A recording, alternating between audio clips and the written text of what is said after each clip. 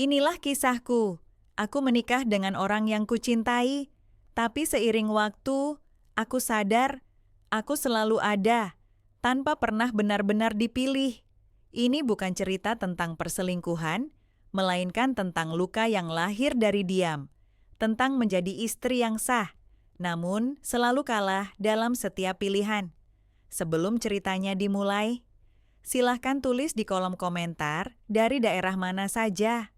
Teman-teman yang menonton cerita ini, jangan lupa like dan subscribe agar channel ini bisa semakin berkembang dan bisa mempersembahkan cerita menarik dan fakta terjadi.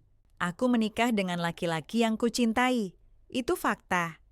Namun setelah bertahun-tahun bersama, aku baru memahami satu kebenaran pahit. Menikah tidak selalu berarti dipilih. Namanya Raka, suamiku. Lelaki yang dulu menggenggam tanganku dengan janji sederhana, aku akan selalu di pihakmu. Aku percaya, terlalu percaya. Di awal pernikahan, aku pikir kami hanya sedang beradaptasi. Raka sibuk bekerja, aku sibuk mengurus rumah. Aku menurunkan ekspektasi, menelan kecewa kecil, dan meyakinkan diri bahwa cinta memang tumbuh dalam bentuk pengertian. Tapi, lama-lama aku sadar, setiap kali ada pilihan, aku bukan jawabannya. Saat ibunya mengkritikku, Raka memilih diam. Saat keluarganya menyalahkanku atas hal yang tak kulakukan, Raka berkata, "Sabar saja, jangan diperbesar." Saat aku menangis karena lelah, Raka berkata, "Kamu terlalu sensitif." Aku selalu diminta mengerti. Aku selalu diminta mengalah.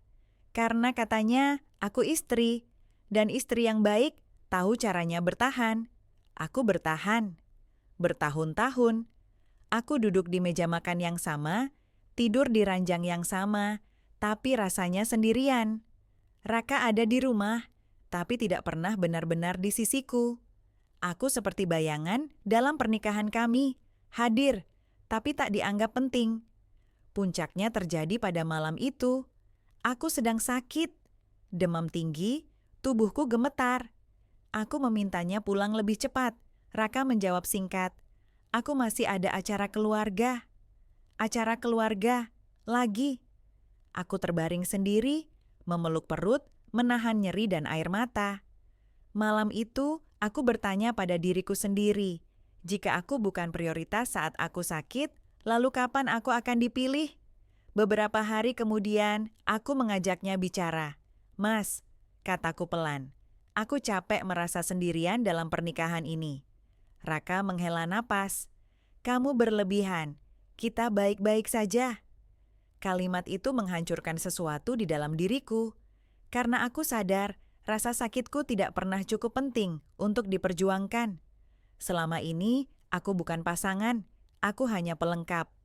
Malam itu aku menangis lama. Bukan karena marah, tapi karena berduka. Aku berduka untuk diriku sendiri yang terlalu lama berharap dipilih oleh orang yang tak pernah benar-benar menoleh.